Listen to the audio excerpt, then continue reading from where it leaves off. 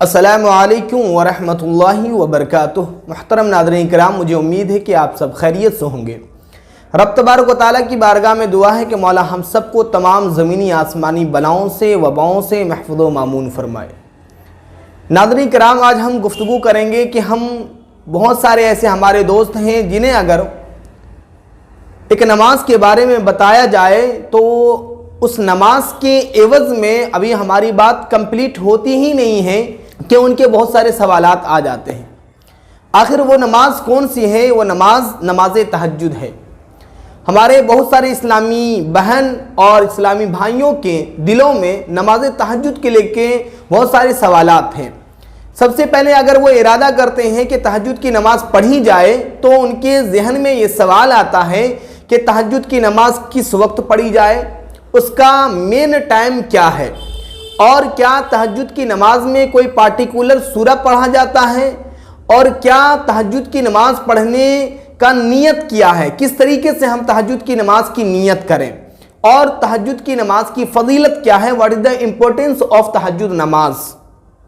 तो मैंने गुज़श्ता वीडियो में तहज्जुद के नमाज की फजीलत भी बता दी है, लेकिन इंशाअल्लाह तबारक व तआला इन तमाम सवालों के जवाब को देने के साथ साथ उसकी फजीलत को भी बताऊंगा। लिहाजा आपसे छोटी सी गुजारिश है कि अगर आप इस चैनल पर नए हैं तो इस चैनल को ज़रूर सब्सक्राइब करें। अगर आपको वीडियो अच्छा लगता है तो आप ज़रूर इस वीडियो को तमाम दोस्तों अहबाब तक शेयर करें। देखिए, सबसे पहली बात यह कि नमाज तहज्जुद एक ऐसी इबादत है जो कि हर प्रॉब्लम का सलूशन है। अगर आप तहज्जुद की नमाज पढ़ते हैं तो अल्लाह तबारक व तआला आपके ज़मीनी आसमानी बलाओं को वबाओं को महफूज, तो अल्लाह तबारक व तआला आपके सारे प्रॉब्लम को मौला सॉल्व कर देता है। वो इसलिए सॉल्व कर देता है परवरदिगार कि जब बंदा अपनी नींद को कुर्बान करके खुदा की इबादत के लिए उठता है और उस वक्त सारी दुनिया सो रही होती है और वो उस वक्त जो है खुदा की बारगाह में अपनी पेशानी को सदारेज करता है और रब की बारगाह में अपने गुनाहों वाले हाथ को उठाता है और मौला से जब दुआ करता है तो परवरदिगार फरिश्तों से कहता है कि इसकी झोली को भर दे, और अगर इसके कोई प्रॉब्लम है और मौला फरिश्तों से कहता है कि इस बंदे की झोली को भर दो और इसकी सारी मुसीबतों को दूर फरमा दो। तो मेरे मोहतरम दोस्तों, अगर आपको कोई मुसीबत है, परेशानी है, किसी परेशानी में आप मुब्तला हैं, अगर कोई काम आपका नहीं हो रहा है, रिस्क में बरकत नहीं है, तो आप तहज्जुद की नमाज ज़रूर पढ़ें। अब तहज्जुद की नमाज पढ़ने का तरीक़ा क्या है? तो तहज्जुद की नमाज पढ़ने का सिंपल तरीका है, जिस तरीके से आप नफल नमाज 2 रकात नफल नमाज पढ़ते हैं उसी तरीके से तहज्जुद की नमाज आप पढ़ लें। अब रही बात कि तहज्जुद की नमाज कितनी रकात पढ़नी चाहिए। देखिए, तहज्जुद की नमाज जो है टोटल 12 रकात है, लेकिन नबी करीम सल्लल्लाहु तआला अलैहि वसल्लम अक्सर 8 रकात पढ़ा करते थे। आप अगर चाहें तो 2-2 करके 2 रकात या 4 रकात या 6 रकात या 8 रकात आप पढ़ सकते हैं। वो आपके टाइम पर है, अगर आपको फुर्सत है, और अगर आप पढ़ना चाहते हैं तो आप 12 रकात भी पढ़ सकते हैं। लेकिन नबी करीम सल्लल्लाहु तआला अलैहि वसल्लम 8 रकात नमाज पढ़ा करते थे, 8 रकात तहज्जुद की नमाज अदा किया करते थे। अब रही बात कि तहज्जुद की नमाज के लिए क्या चीजें शर्त हैं, तो देखिए, तहज्जुद की नमाज के लिए सोना शर्त है। इसी ज़िम्न में मैं एक बात बताता चलूं कि बहुत सारे टोपीबाज मौलवी हैं जो कि बड़े मीठे मीठे अल्फाज में जो है मुसलमान नौजवानों को गुमराह करते हैं, और उनका कई ऑडियो और कई वीडियो ऐसा वायरल हुआ है जो कि लोगों को गुमराह करने के लिए अपनी आवाज़ को बनाते हैं और उसमें मिठास पैदा करने की कोशिश करते हैं। लेकिन उन्हें जानना चाहिए कि रब जिसकी आवाज़ में मिठास पैदा करता है उसी की आवाज़ में मिठास होती है। जिंदगी भर जो है आप थक जाओगे और लोगों को गुमराह करते रहोगे, लेकिन लोग आपके झांसे में आने वाले नहीं हैं। बहुत सारे ऐसे मौलवी हैं जो कि तहज्जुद की नमाज के ताल्लुक से वो ये कहते हैं कि उसके लिए सोना शर्त नहीं है। देखिए, तहज्जुद की नमाज एक इबादत है, और जिस तरीके से अल्लाह के रसूल सल्लल्लाहु तआला अलैहि वसल्लम ने तहज्जुद की नमाज पढ़ा है, हमें उसी तरीके से पढ़ना चाहिए। तहज्जुद की नमाज नबी करीम सल्लल्लाहु तआला अलैहि वसल्लम 8 रकात, अक्सर 8 रकात और 12 रकात अदा किया करते थे, और वो तहज्जुद की नमाज के लिए कुछ न कुछ देर आराम फरमाते, फिर उसके बाद बेदार होने के बाद आप जो है तहज्जुद की नमाज अदा करते थे। لیکن کچھ چنی چور مولوی ہیں جو کہ لوگوں کے جیب پر دھیان رکھتے ہیں اور وہ اس بات سے مطلب جو ہے اپنی جگہ بناتے ہیں لوگوں کی دلوں میں کہ میں ڈھونگی مولوی نہیں ہوں، میں دعا تعویذ والا مولوی نہیں ہوں، میں صرف اور صرف نماز، قرآن اور حدیث کے بارے میں بات کرتا ہوں، اور وہ جو ہے لوگوں کے دلوں میں اسی بات کو کر کر کے جو ہے وہ کیا کرتے ہیں، جگہ بناتے ہیں۔ تو میں ان کو بتاتا چلوں کہ دیکھیے تہجد کی نماز کے لیے سونا شرط ہے۔ اگر کوئی شخص تہجد کی نماز ادا کرتا ہے بغیر سوئے ہوئے تو وہ تہجد کی نماز نہیں ہے بلکہ وہ صلاۃ اللیل ہے، رات کی نفل نماز ہے۔ اگر کوئی آپ کو یہ کہے کہ تہجد کی نماز کے لیے سونا شرط نہیں ہے تو بالکل یہ غلط بات ہے۔ آپ یہ سوچتے ہوں گے کہ یہ اتنا سخت رویہ کیوں اپنا رہے ہیں اس معاملے میں؟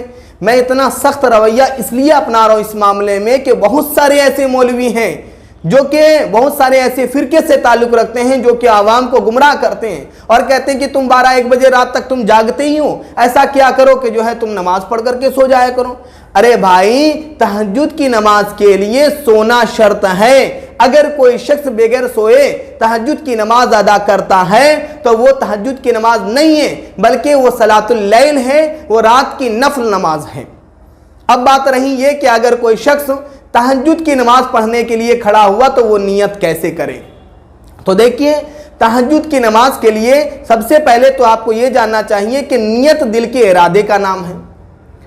اگر کسی نے دل میں یہ ارادہ کر لیا کہ میں تہجد کی 2 رکعت نماز پڑھنے کے لیے تیار ہوں، کھڑا ہو رہا ہوں، تو بس اس کے لیے اتنا کافی ہے۔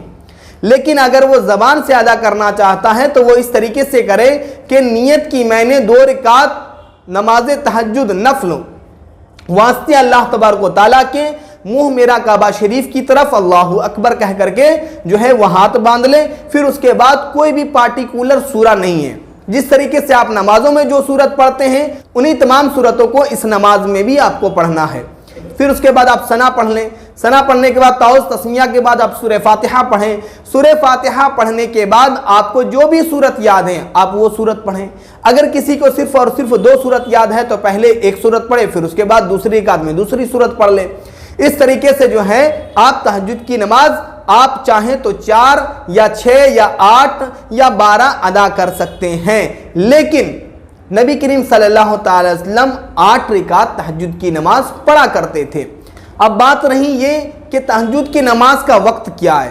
دیکھیے، عشاء کی فرض نماز کے بعد جو شخص چاہتا ہے تہجد کی نماز پڑھنا وہ ایک نیند 1 منٹ یا 2 منٹ یا چند منٹ سو جائے اور سونے کے بعد اٹھنے کے بعد وہ تہجد کی نماز پڑھ سکتا ہے۔ لیکن علماء کرام نے فرمایا ہے کہ تہجد کی نماز کا افضل ٹائم سحری کا وقت ہے۔ آپ کے علاقے میں جو بھی مطلب آپ کے علاقے میں جس وقت سحری کا وقت ہوتا ہے اس سحری کے وقت سے 1 گھنٹہ پہلے یا آدھا گھنٹہ پہلے جو ہے آپ اگر اس وقت تہجد کی نماز کے لیے اٹھیں گے اور تہجد کی نماز پڑھیں گے تو یہ افضل وقت ہے، بہتر وقت ہے تہجد کی نماز پڑھنے کے لیے۔ لیکن اگر کوئی عشاء کی فرض نماز کے بعد کچھ دیر کے بعد سو جاتا ہے اور سونے کے بعد وہ ادا کرتا ہے تو اس کی تہجد کی نماز ادا ہو جائے گی۔